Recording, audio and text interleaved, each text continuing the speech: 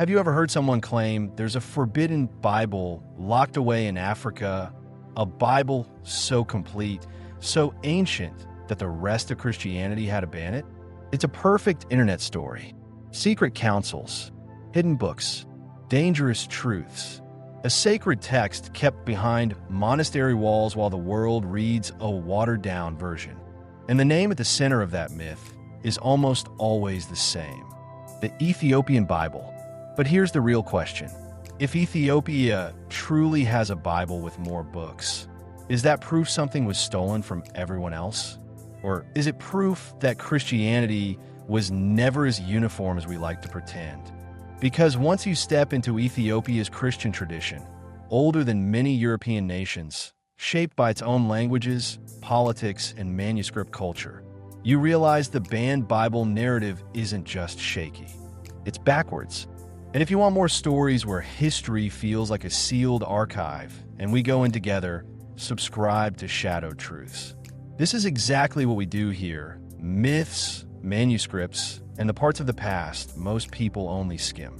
When people say the Ethiopian Bible, they're usually talking about the canon used by the Ethiopian Orthodox Tewahedo Church. Tewahedo means being made one, a word tied to its Christological tradition and the way it describes the unity of Christ's nature. That alone hints at something important. Ethiopia's church is not some fringe curiosity.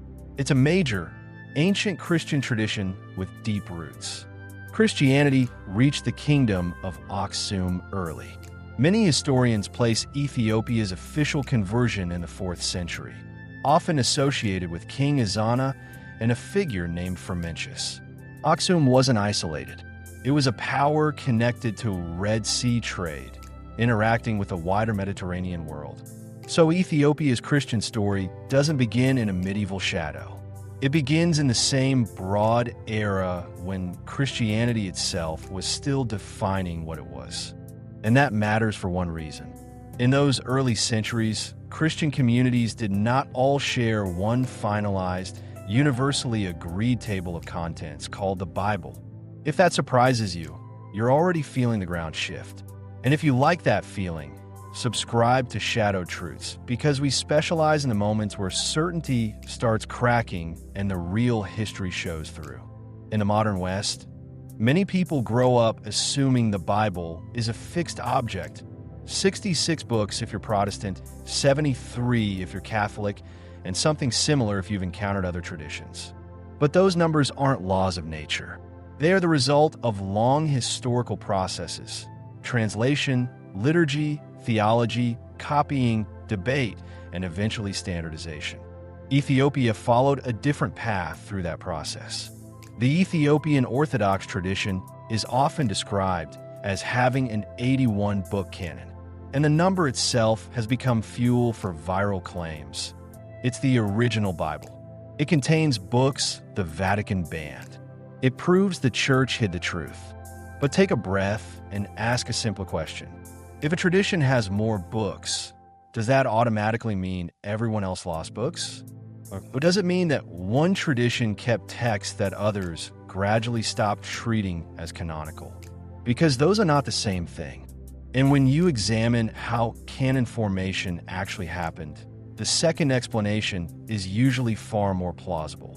If you want this kind of careful, story-driven unpacking every time, hit subscribe. Shadowed Truths is built for history that gets distorted into clickbait. Now, the two titles that ignite people's imaginations are almost always the same: the Book of Enoch and the Book of Jubilees.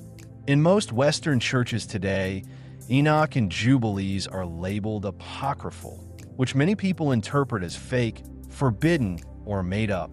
But historically, apocryphal can mean several things: non-canonical for a given tradition, not read publicly in worship, or simply outside the set of texts considered scripture in that community. It does not automatically mean a book was unknown or meaningless. Enoch, especially what scholars often call 1 Enoch, had real influence in ancient Jewish and early Christian thought. Ideas about angels, cosmic judgment, and end times imagery didn't appear in a vacuum. They circulated in a broader religious world, and Enoch is one of the texts that shaped that world. The New Testament letter of Jude even contains a passage that echoes Enochic tradition. That isn't a stamp of canonization, but it is a sign of familiarity. Jubilees is another powerful example. It retells and reshapes parts of Genesis and Exodus, reworking timelines and emphasizing themes of law, covenant, purity, and sacred order. It reads like a window into an older religious imagination, one that overlaps with biblical tradition but isn't identical to the form most people encounter today. Here's the key point. These books weren't discovered by Ethiopia in the modern era.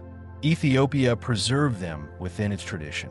And that difference, preserved versus discovered, changes everything about the story.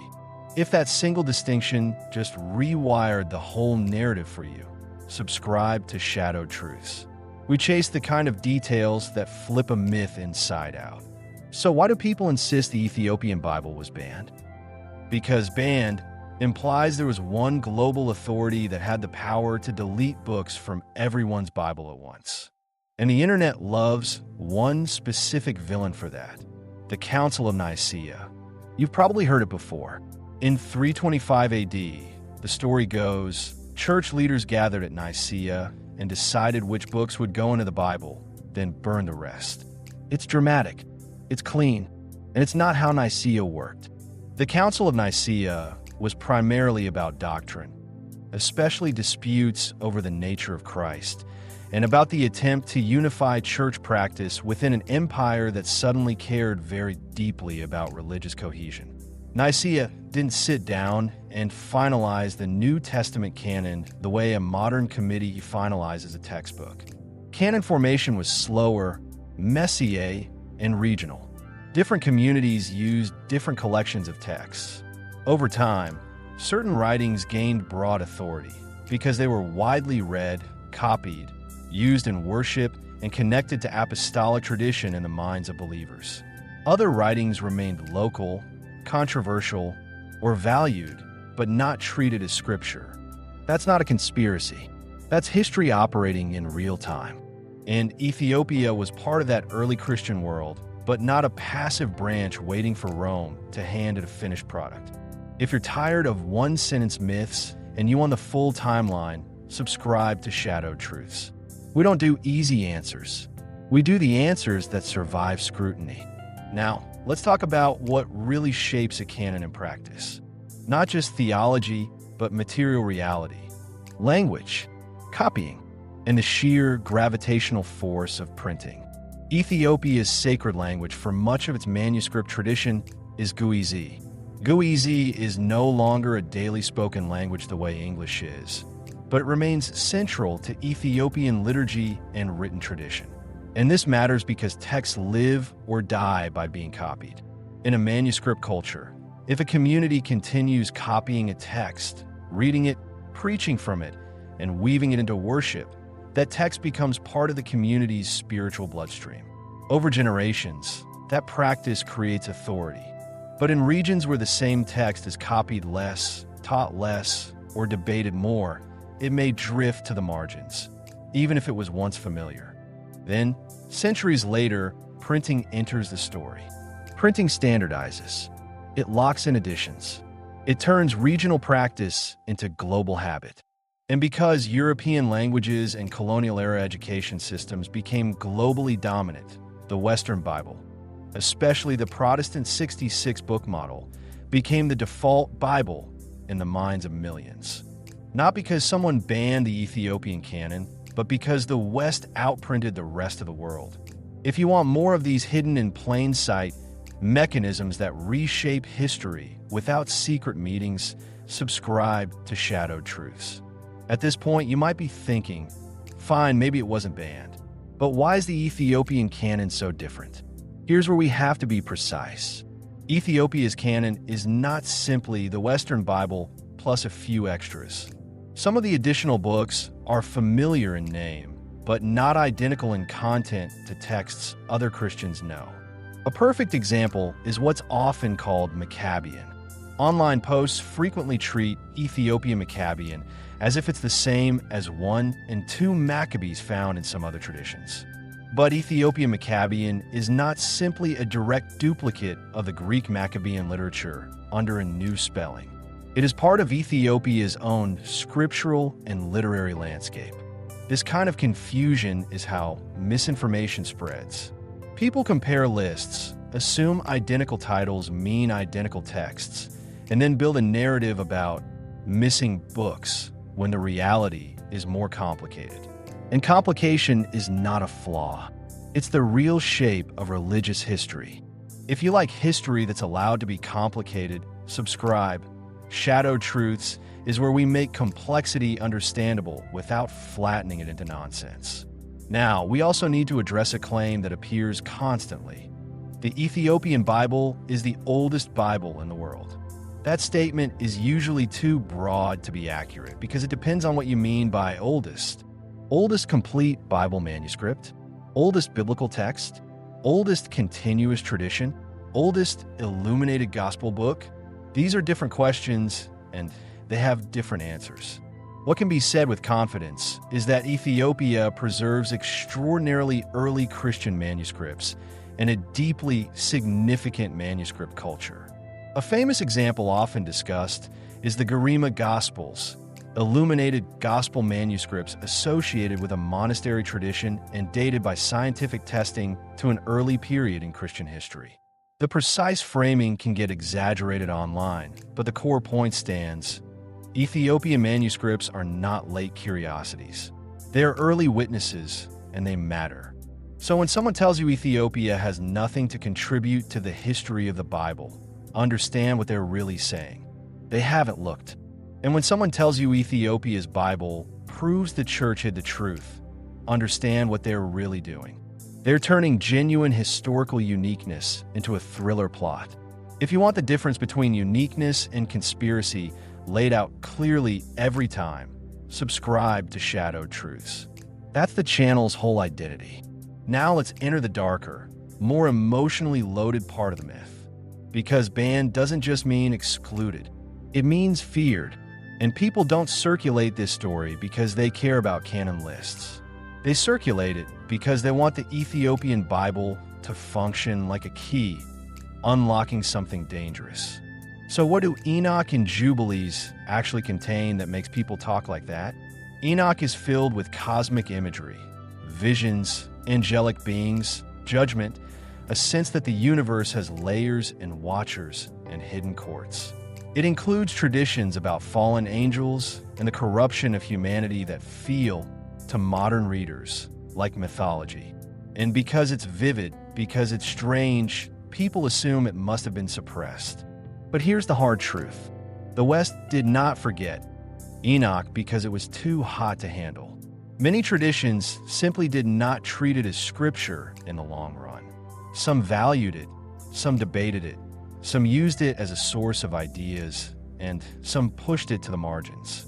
Ethiopia preserved it as canonical. That difference doesn't require a villain. It requires history. Jubilees is less sensational, but it is just as revealing.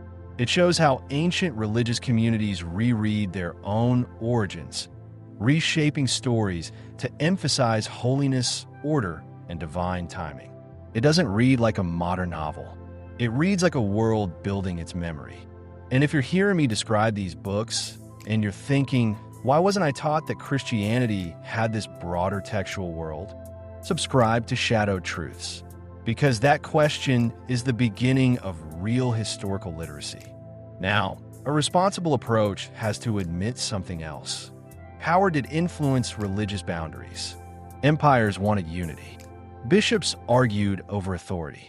Theological battles had political consequences.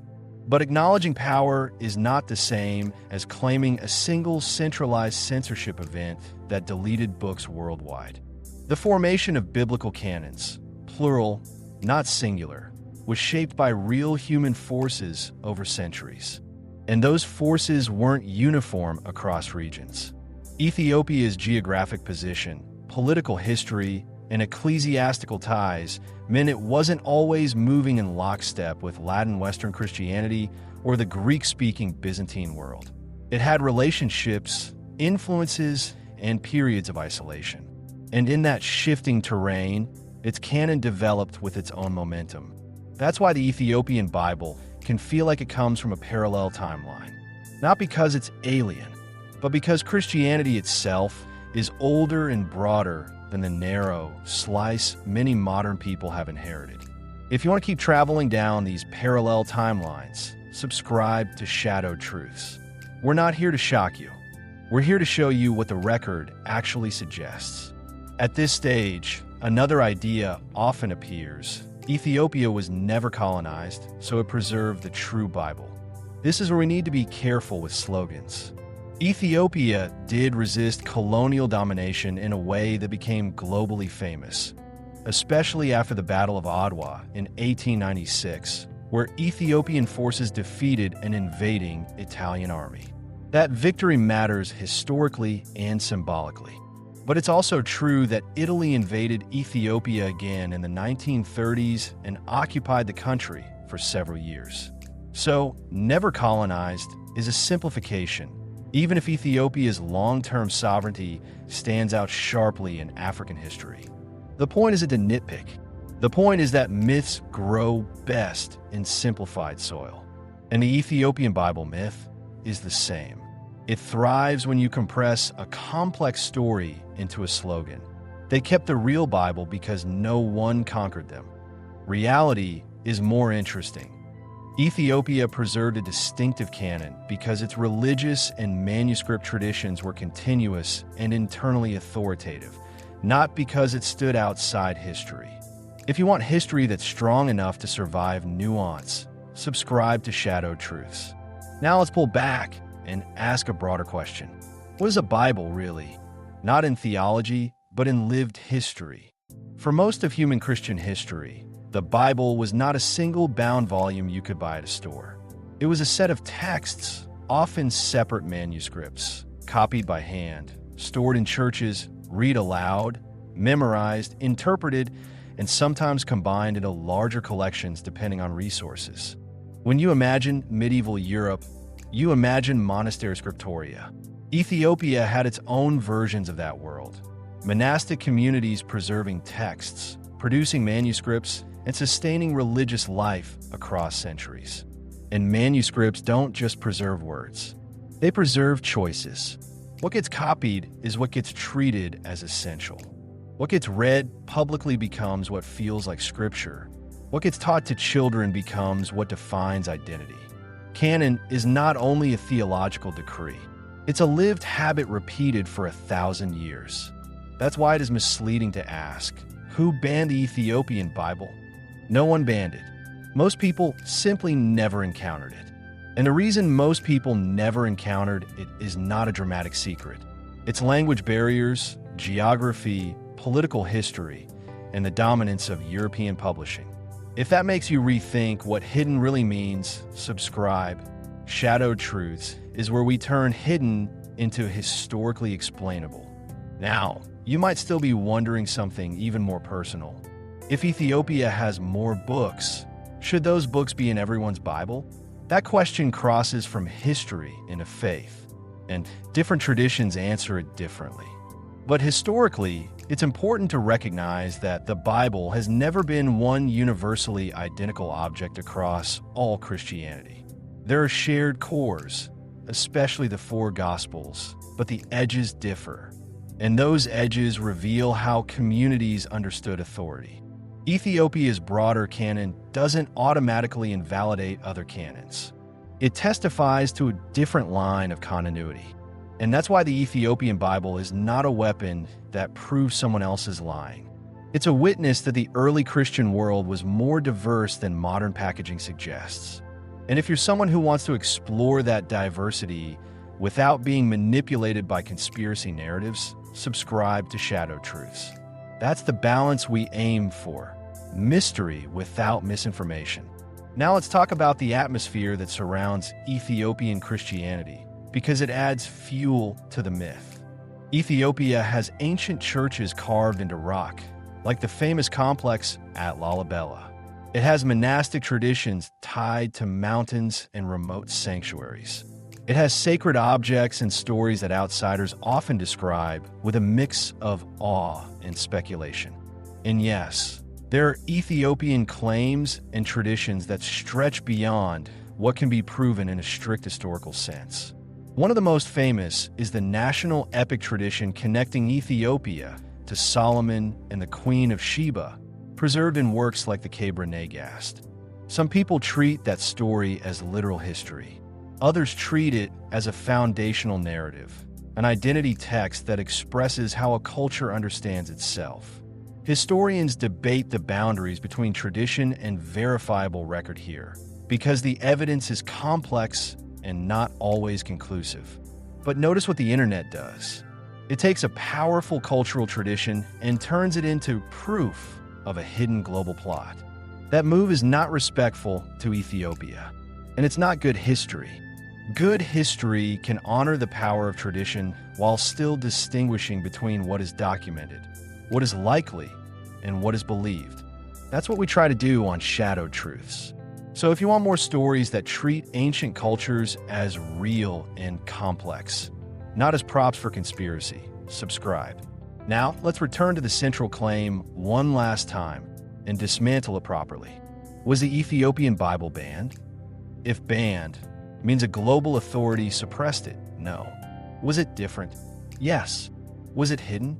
Only in the sense that most of the world didn't have access to Guizi manuscripts, Ethiopian liturgical practice, or Ethiopian canonical lists. That's not a ban. That's a gap in global familiarity. Did Ethiopia preserve books that others did not treat as canonical? Yes. Does that preservation matter? Absolutely. Because those texts are part of the historical ecosystem that shaped religious imagination. They help scholars understand what ancient communities read and believed. They illuminate themes that appear indirectly in other sources. They remind us that religious history is not one straight line. And here's a final twist that most clickbait versions never mention. The Ethiopian Bible isn't just important because it has extra books. It's important because it proves that the story of Christianity cannot be told as a purely European story. Too many people, consciously or not, imagine Christian history as a road that begins in the Middle East and then becomes real in Rome and Europe. Ethiopia breaks that illusion. Ethiopia shows Christianity taking root early, growing in its own soil, producing its own theological language, art, liturgy, and canon life. So when you hear Ethiopian Bible, don't hear forbidden. Hear independent continuity. Hear another archive. Hear a tradition that didn't need Western permission to exist. And if that idea feels like it opens a door you didn't know was there, then you already understand why we built Shadowed Truths. Subscribe because this channel lives inside doors like that. Now, before we close, let's talk about what you should do with this information, especially if you're the kind of person who feels the pull to chase the real Bible. First, be suspicious of anyone promising a single original Bible with a neat villain story about who stole what. The early Christian textual world was too diverse for that. Second, treat canon differences as historical data, not ammunition. They tell you how communities formed identity. Third, if you explore Enoch, Jubilees, or Ethiopian canonical literature, don't read them like leaked government documents. Read them like ancient texts, shaped by their time, reflecting real religious debates and imaginations. And finally, remember that the most powerful thing Ethiopia gives the world here is not a forbidden secret. It's perspective, a reminder that what feels standard is often just what became globally dominant. And dominance is not the same as truth. If you want the next mystery, another place where history, myth, and surviving documents collide, subscribe to Shadowed Truths. Because in the next story, we're going to step into another forgotten corridor of the ancient world, where one preserved detail forces us to rethink what we thought was settled.